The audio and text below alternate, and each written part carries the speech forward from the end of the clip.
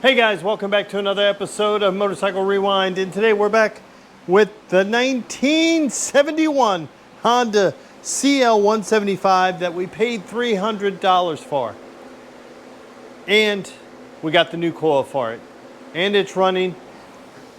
And we're going to run some of this Berryman's through our external gas tank.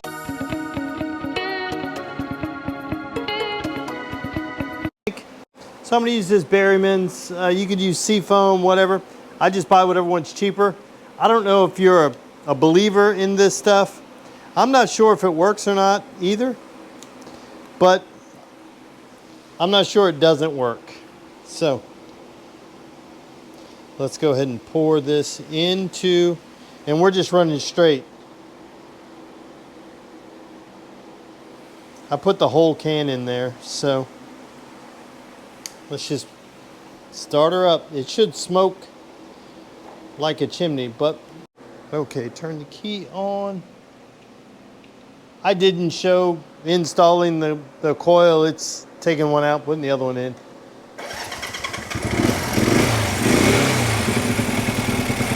See if I can turn the idle up here.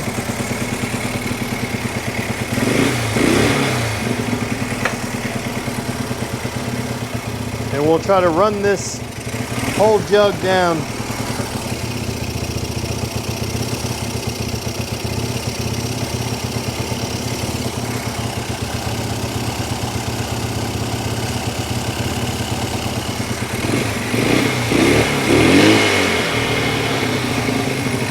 Sounds a whole lot better than it did without the busted coil. Firing on both sides, and my exhaust is still loose. So if you're hearing an exhaust leak, come on.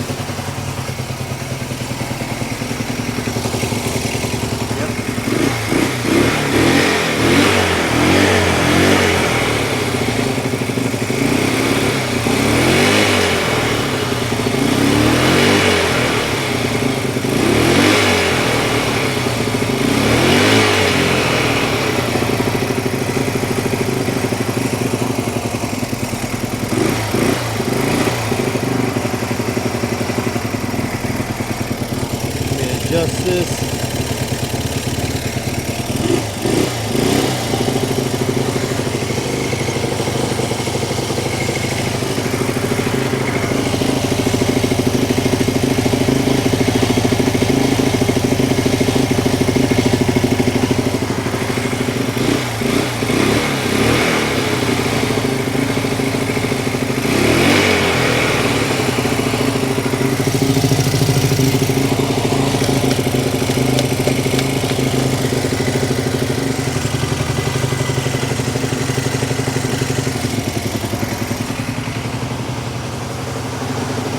Sounds pretty good.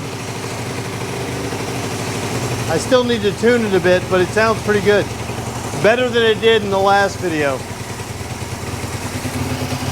It's still smoking a good bit, and it should with the...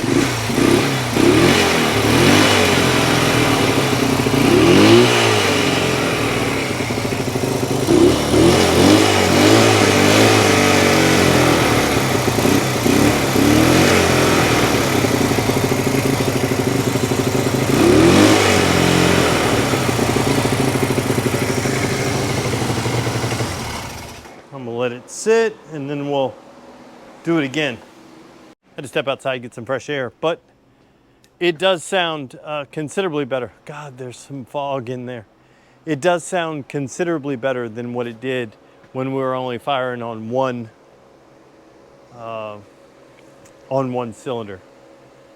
You know, and the aftermarket coil, when I did put this together, I did notice that there were a whole bunch of extra wires. There has been a fire at some point in time, it looks like. You can see how crispy these wires are right here. Yeah, we'll let it sit, and then we'll heat cycle it again. Hopefully our Seafoam will start to work. We do have a bit of a drip right here. I'm not sure where it's coming from, if it's up here by my gasket or down below. It's only on this side, so I'll see if I can tighten that up.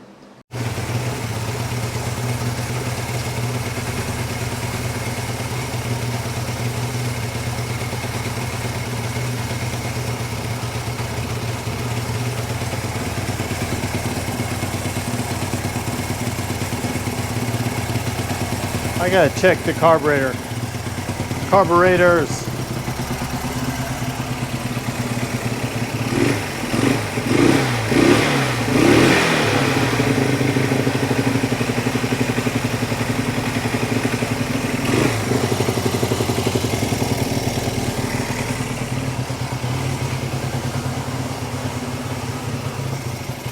Oh, well, maybe we're getting close to running out of gas.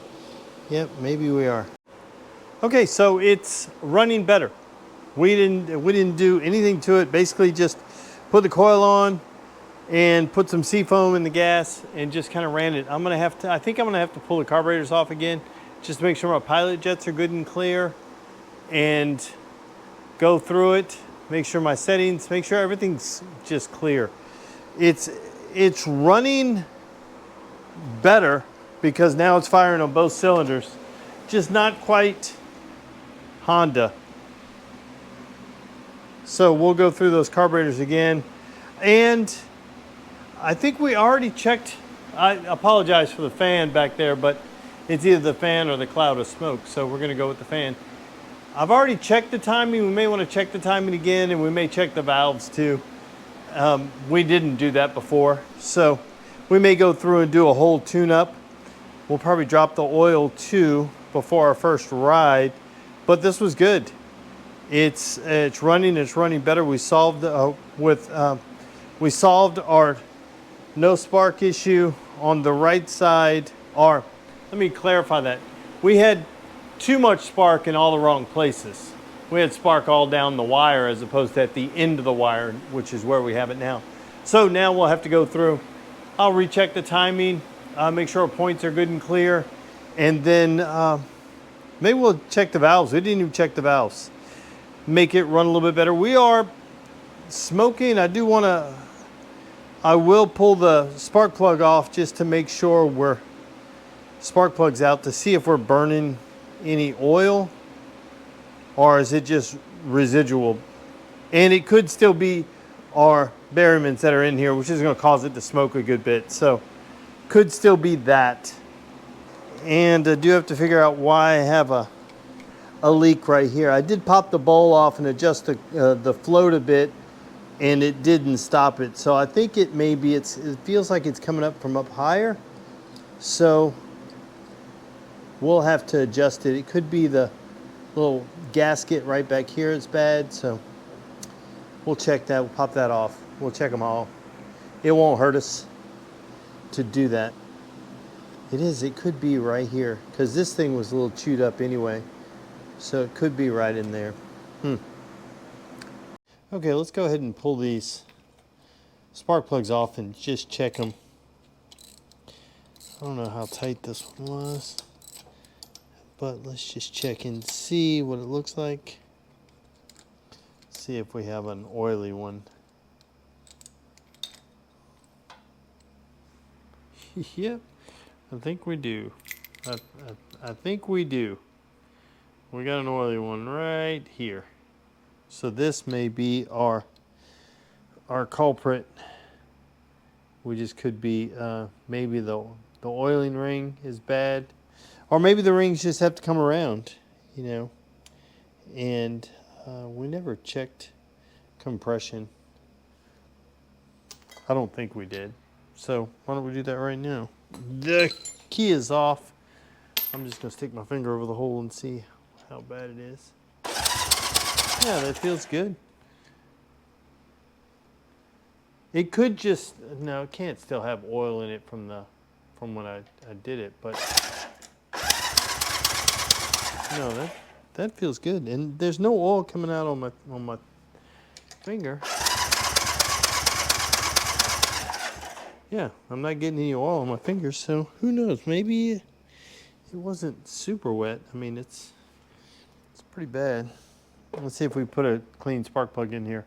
Okay, I didn't have another spark plug here, but I did have a wire brush, and so now it's considerably better. So let's pop it back in, and we'll check the other one. Okay, so the first thing, we did solve our fuel leak. It was coming from this drain plug. I tried to get it out. It just broke off. The brass just broke, so I just slathered some JB Weld on top, and it stopped it. We'll look for another bowl, or let's be honest, it's temporarily, permanently fixed. But if I can find another bowl, I'll just swap it out. I don't know why they put drain plugs on these anyway, because they're so easy to get off. Who knows? But that one has to be removed. Yeah, this one it's running rich, running really rich. I don't know if this one is the one but we'll clean this plug up and then we'll see if we can adjust the carburetor to get it to run less rich. Okay, let's go ahead and check the compression on this guy. Oh yeah, that's good. That's good. It's got good compression. We went ahead and cleaned this guy up, so let's slip it back in and then see how it runs. I did back the air fuel screw out another half turn, so it's out 2 full turns. So let's see if that makes a difference. I did check to see the local AutoZone does have some of these spark plugs. So if we have to, we'll go get them. And I may have to check and see if I can find a tack cable, because it'd be nice to have the tack to be able to tune it with the tack. So let's see if we can get this sucker to run. Okay, key on. Still got to use my starter button's not working. My starter screwdriver.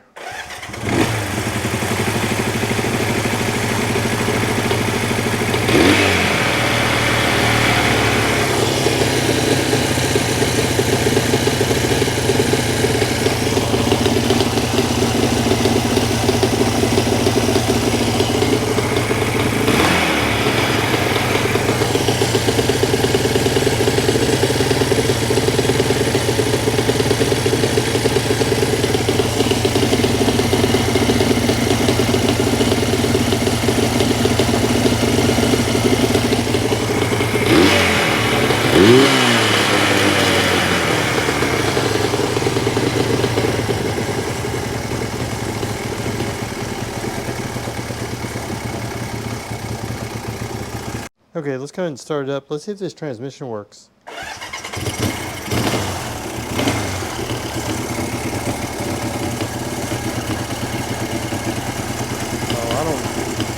I don't think our clutch is pulling, but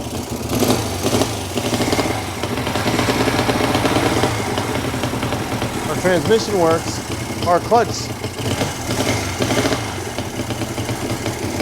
cable is not pulling. Oh. We need a new clutch cable.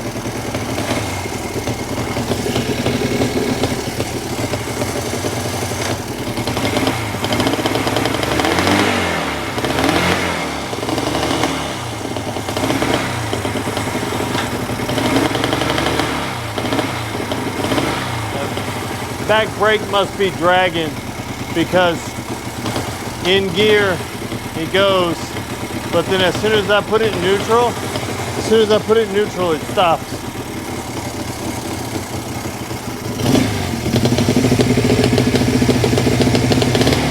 Yeah, back brake must be dragging. Okay.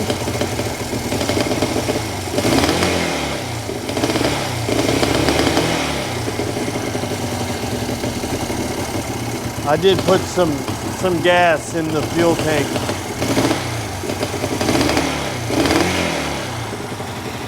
See if it stops smoking, but we're still running through that bearings. And we also have a leak on this.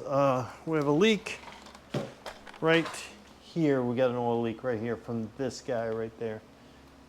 The guy I got it from sent me a text and said he had a gasket set for it, and he was going to give it to me, so I'll just have to go pick it up. But this thing is running better. We're not out of the woods yet. And then today was the first time I pulled the lever here. And it's not really doing much. So it could be in our cable. It could be stuck down here because we are busted right in here. It's probably, watch, let me get a light. This guy is probably all rusted. So we'll hose that down. Well, no, it's right in here. Yeah, should be it.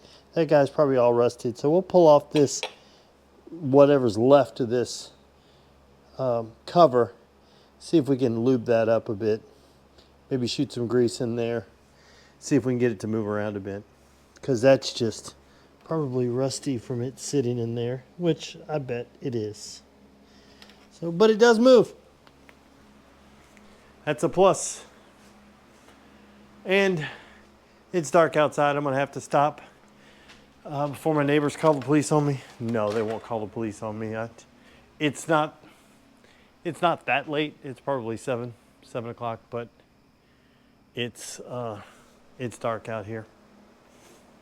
So I'm trying to be respectful to our neighbors.